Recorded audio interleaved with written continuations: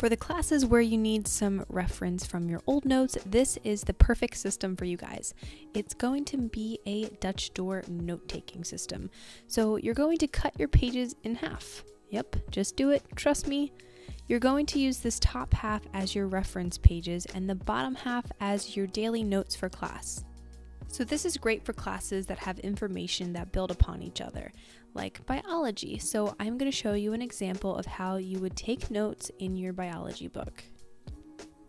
As you can see, the chapters are things that have information that you would probably need to remember in order to do well in the next chapters. So what you're going to do is use this bottom half for your daily class notes, unit by units, and the top for your vocab and equations. So here is a fresh page. We will be starting with chapter 1. We're going to keep this super simple for you guys. I want you to understand it.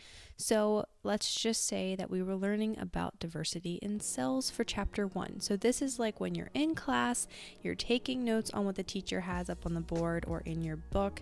And then as you can see, I have some highlighted words in my book. So those would be things that would go up on the top, because chances are to do well in biology, I'm going to need to remember that specific word.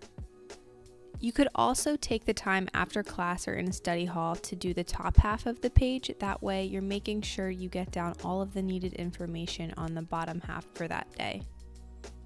So it's a month later or so, and we're now on chapter 3, and we're learning about hereditary in the biology world. So maybe I need to remember some of those key concepts that we learned in chapter 1.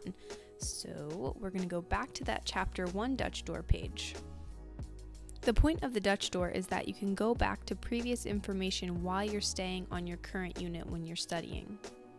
Language classes are awesome for this type of note taking. So I'm going to show you a quick version of Spanish, and then we're going to get into the math.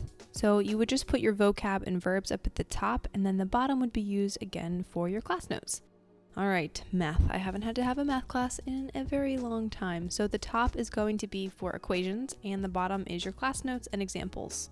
So the bottom half of this pertains to the words up at the top. As you can see, the bottom is all the examples for the phrases that we're learning in this first chapter. Now these are things you're going to need to remember, right? So skip forward a couple of chapters and we're going to get into some nitty-gritty stuff like scientific notation. What? I don't remember this, but we're going to pretend that we do. So the top half that is highlighted correlates with the example on the bottom. That's how I do the color coding for this. All of the colors that go with the example should be the same. That way you can quickly see your class notes effectively for that specific chapter. So to understand chapter 4 and to be able to do these equations, you would have had to have remembered everything from chapter 1, right? Because the laws of exponents are just building blocks from the first chapter. So if you need a quick refresher, this is when you would flip your Dutch door back to chapter 1. All right, so a quick recap. Your top pages are used for reference and your bottom pages are used for your daily class notes. Don't forget to highlight. And if you guys have any more questions, leave them down below. I have more fall videos coming your way. Be sure to like and subscribe, and I will see you in the next video.